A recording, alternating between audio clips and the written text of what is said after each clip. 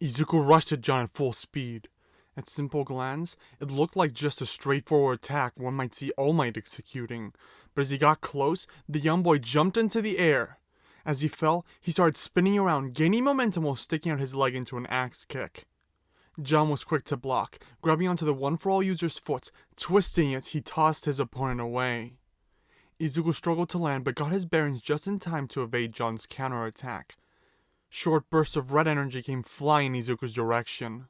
Gathering energy into his legs, Izuku leapt to the side, dodging the hot projectiles. As his legs made contact with the ground again, the boy kept running, with the small projectiles becoming a beam that followed after him. After fleeing enough in the same direction, Jon closed his eyes, causing the beam to stop. Izuku took it as his chance, changing his direction to approach the half-Kryptonian. He pushed the percentage of One-for-All within him up to 8%, accelerating his speed. Not expecting the sudden increase, Jon was forced on the defensive, blocking the punch from the boy. It sent him sliding back just a tiny bit. Izuku then hit the boy with his elbow before coming in with a kick.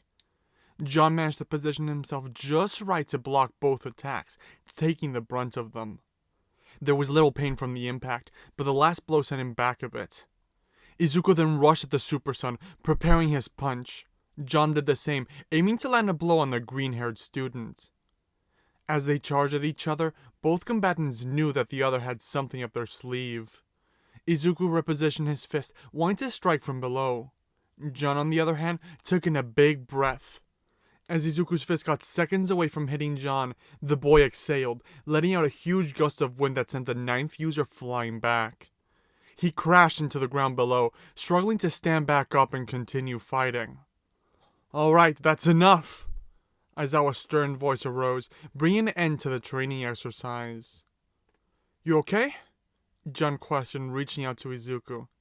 "Well played," Izuku said, taking hold of his classmate's hand. "Well, having more powers to pull from does come in handy," Jon smiled. "Can anyone tell me what exactly they did wrong?" Dick questioned, with Damien immediately replying with a list of minor mistakes. "That invulnerability is developing nicely," Damien commented as Jon and Izuku settled back in with the group. "You seem to be keeping up with All Might Jr.'s development on that front." "Thanks, but it's not even close to where I need it to be." Once everyone had gotten a chance to showcase their development over the past few weeks, Aizawa grabbed the students' attention. "In a fighting sense, you're all on the right track. But you need to keep in mind that it isn't all that next week's provisional license exam looks at. You have all fought villains once, which, if you learn from your experience, will put you a step above the rest. We honed in on that during the forest camp, but many of you are starting to grow complacent. They aren't just looking for flashy moves, but want to assess how well you can adapt to different situations, especially when under pressure, so be prepared. That's all." With that, Aizawa left the training grounds, leaving the space for Class 1B to use after. "Let's get out of here before Class 1B shows up," Kirishima commented. "Yeah, I don't want to see Damien and Monoma get into one of their arguments," Zero replied. Wanting to avoid the typical shouting match that arose when Monoma showed up, Class 1A left for the day. Heeding Aizawa's words, the students spent the next week training hard. Among the class there were two members who were pushing themselves harder than all the others, those being Jon and Damien. There was this weight on their shoulders that their classmates couldn't see, driving them to go plus ultra over and over. The two would often be found sparring with one another or otherwise training their quirks and bodies. Even when Aizawa put them in simulated situations, they do their best to push beyond the others. Their hard work served to inspire the rest of the class forward. During this intense training period, many students requested some modification to their costumes. Some changes were minimal, like Damien and Ida, who added some small elements of practicality. In contrast, other students like Izuku and Kaminari added new elements to their costumes, with the new additions changing the overall aesthetic of the outfit. The students' intensive training would pay off in the battle to come. Before they knew it, the students found themselves in front of Tokoba National Stadium, anxious for the exam to begin. Just stepping out of the bus attracted the attention of other schools, leaving the young heroes of Class 1A to feel like celebrities. Don't grow conceited. The battle has already begun, Damien warned, with most of the class barely hearing him. After putting on their costumes, the students convened with their extrascholastic peers. The 1,540 students were left waiting in a boring-looking room. After a few moments, a tired-looking man called Izuku Midoriya introduced the first exercise of the exam to the students before him. The exercise was simple. Each student would be wearing 3 detector pads and given a set of 6 balls. If they got hit in all 3 detector pads or weak points, they'd be eliminated, with the point awarded to the one to secure the last hit. One needed 2 points to pass to the next round of the exam. However, only the first 350 people to secure the 2 points would pass on to the next round, with no more than 2 eliminations per person being possible. The explanation over, the walls of the room all the students had gathered in systematically came down, revealing the inside of the stadium. The place was huge, with many different biomes and environments available to the students depending on their skills and quirks. Figuring out what Damien meant with his ominous warning, Izuku advised the class to stick together, but some like Todoroki, Bakugo, and Damien had already gone on their own, with some of the other students running after them. "I'll go after them," Jon suggested, with Izuku urging him to stay with the group as they ran towards the mountain range. "Why?" asked Jon. "Everyone's likely to team up too. If that's the case, they'll go after opponents they already know the quirks of," Izuku reasoned. "That means us," Megan intervened. "Going to look for the others will only divide us more." Jon wanted to refute the point, but the culling of UA started before he could even form an argument. Students from other schools came at them in droves, hoping to eliminate the young heroes of UA. Millions of balls came flying their direction, melting the coming projectiles, pushing them away with a powerful breath, or kicking them away. The students were forced to avoid them however they could. Megan stopped them with her quirk, pushing all the balls back where they came from. None eliminated an opponent, but a few managed to land on their weak point. This move by the green-skinned girl moved Class 1A's approach from reaction to action. In a matter of seconds, they were on the offensive, attacking the opponents that moments ago had them outnumbered. More than that, they were even close to scoring points. Seeing the precarious situation, a student by the name of Yoshino put his hands to the ground, gathering strength. "Careful, everyone!" Megan warned, reading his intentions. But before anyone could react, the black-haired boy activated his quirk, shaking the ground to pieces as he reshaped the battlefield and separated the opponents into smaller groups. In a dark corner of the stadium, Damien trotted forward, careful to not give his position away. His surroundings were dark, giving him plenty of room to hide amongst the shadows of the bridge above. The winding streets around him gave him plenty of room to run around and possibly trap an opponent. It was the ideal urban area for him to operate. Damien stopped in his tracks, his attention focused on his back. The boy abruptly turned around, summoning a katana to his hand, leaving it inches away from the invisible presence. "I know you're there." The boy wonder narrowed his eyes.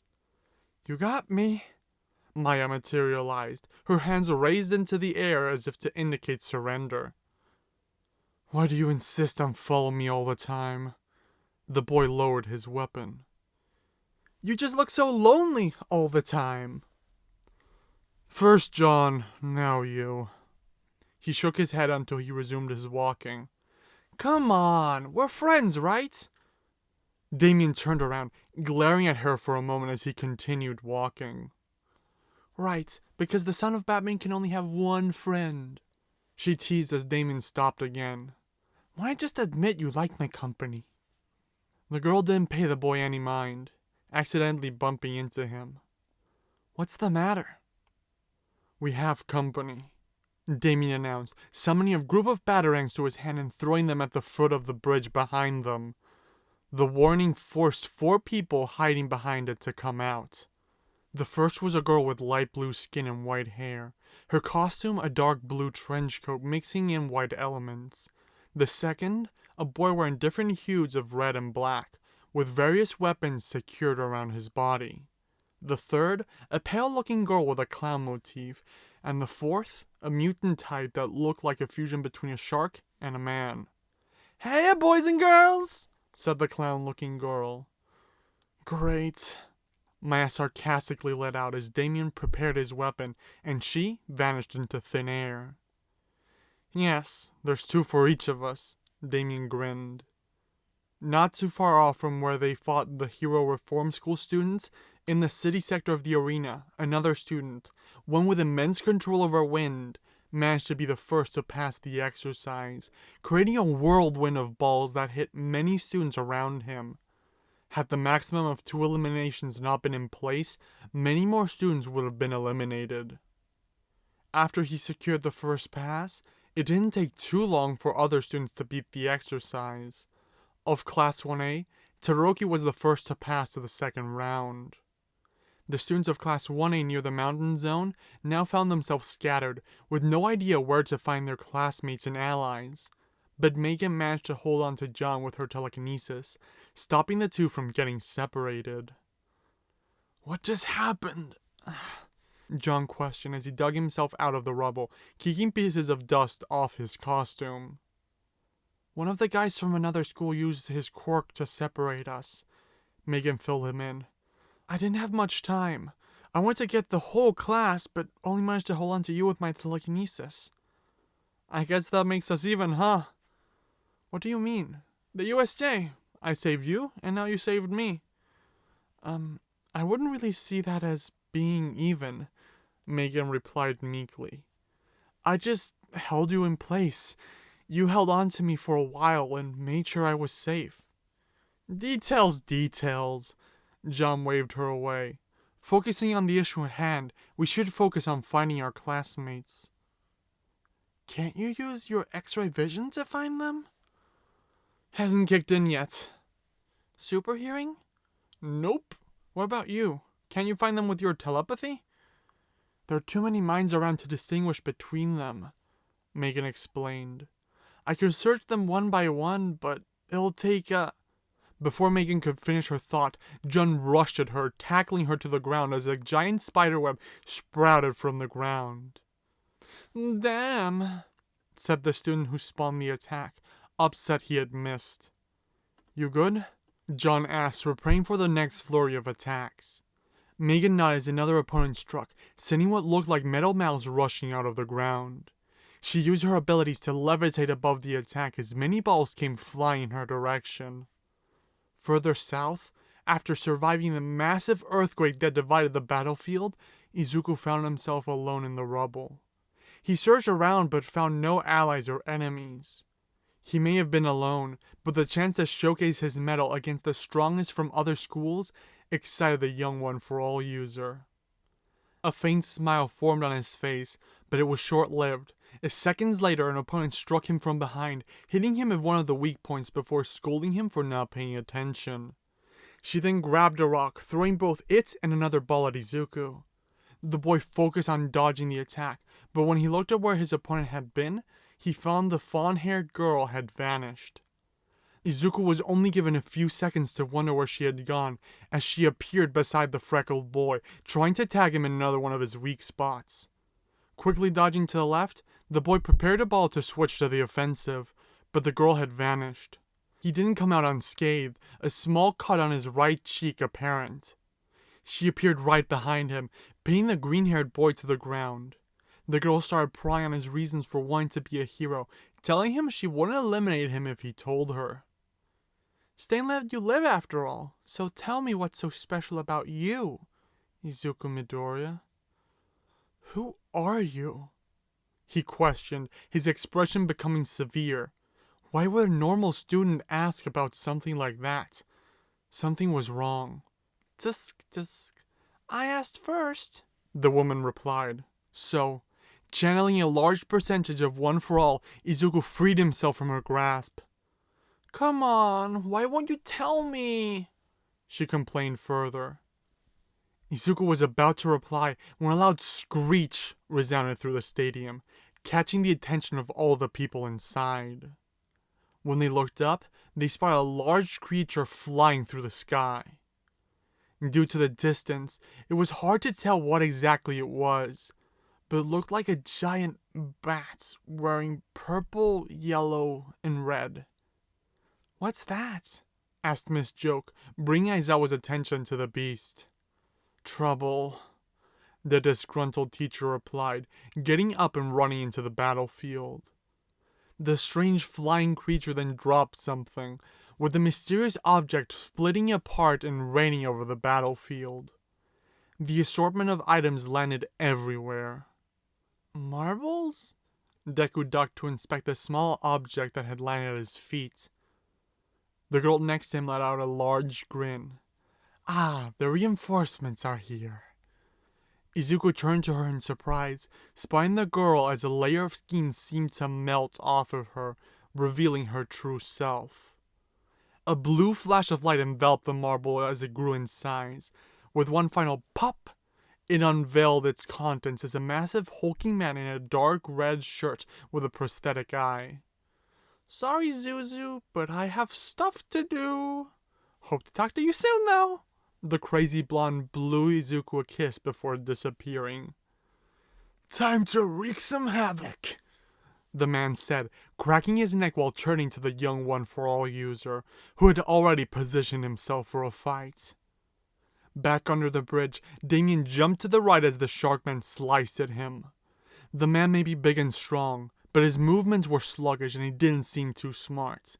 The young assassin could easily take care of the shark, if it weren't for his companions. Just as he avoided King Shark's slash, he was met by a hit from a giant mallet. The clown was far too unpredictable. Her movements looked crazy, random even. It reminded him of a villain his father used to face regularly. On the other hand, Maya struggled to stay away from the other two. Killer Frost was hard enough to deal with, but a marksman like Arsenal on top of that? Damien had already intervened in the fight more than once to save her skin from being eliminated, annoying the boy. He was slowly working on disabling his opponents, while the girl could barely hold her own. That's when the marbles fell. While the combatants didn't give them much thought, Damien took note of them, steering clear of the 3 small objects that landed near him. His caution was well placed, as seconds later they let out a blue glow revealing the objects that were compressed inside. They were explosive, which detonated the moment they decompressed, disorienting all combatants. While the last was a massive creature with 8 appendages, a chainsaw attached to each. Damien turned to the monster with caution, leaving him open for the crazy clown lady to hit him with the mallet over the head. The boy stumbled for a moment before turning to Harley, his voice filled with rage. "Are you dense? Can't you see we have bigger fish to fry?" The shark-like human looked at Damien with a hurt look in his eyes. "Relax. Shark will take care of the giant bozo. Also, careful with your language. That's Sharky's family you're talking about." After getting the get-go from Harley, King Shark approached the Nomu, ready to attack. Both creatures were bulky and sluggish, and while the shark got a good blow in, he was absolutely outmatched by his opponent. The attack didn't faze the green-skinned Nomu much. It quickly countered, impaling the Sharkman in the shoulder. Nananue let out a pained screech, with the sound only intensifying once the chainsaw started turning, digging through the student's flesh. "Sharky!"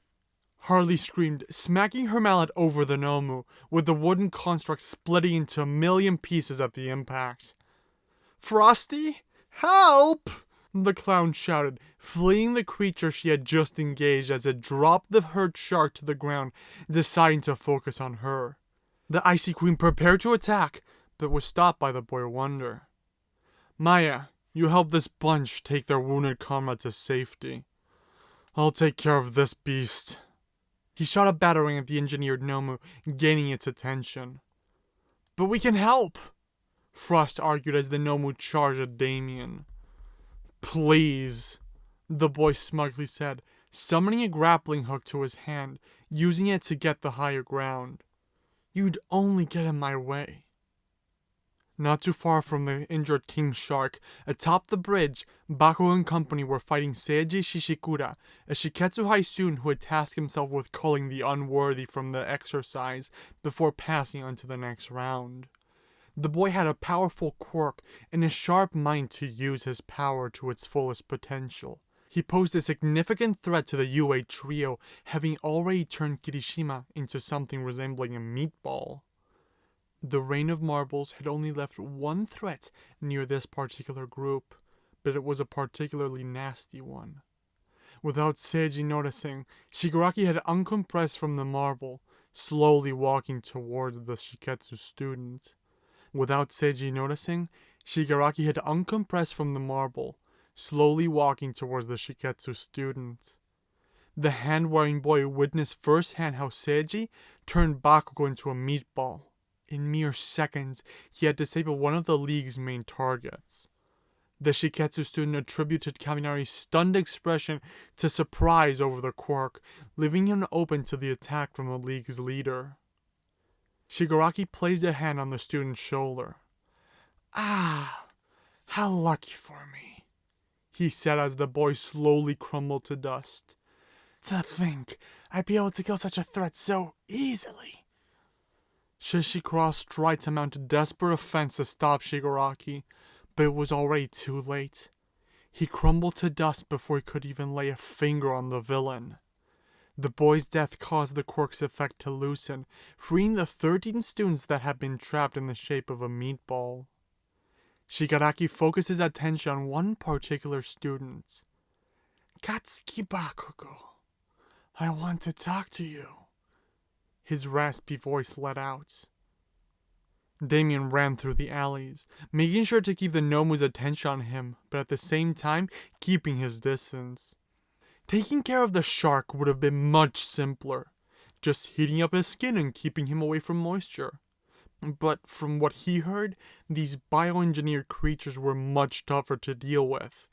Their tough skin made it hard to land decent attacks, while their regeneration would render any progress he made meaningless.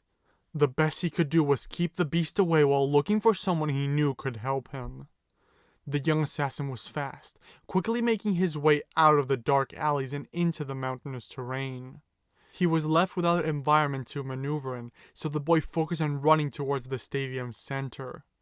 Unfortunately for the brightly dressed hero, his costume caught the attention of someone above.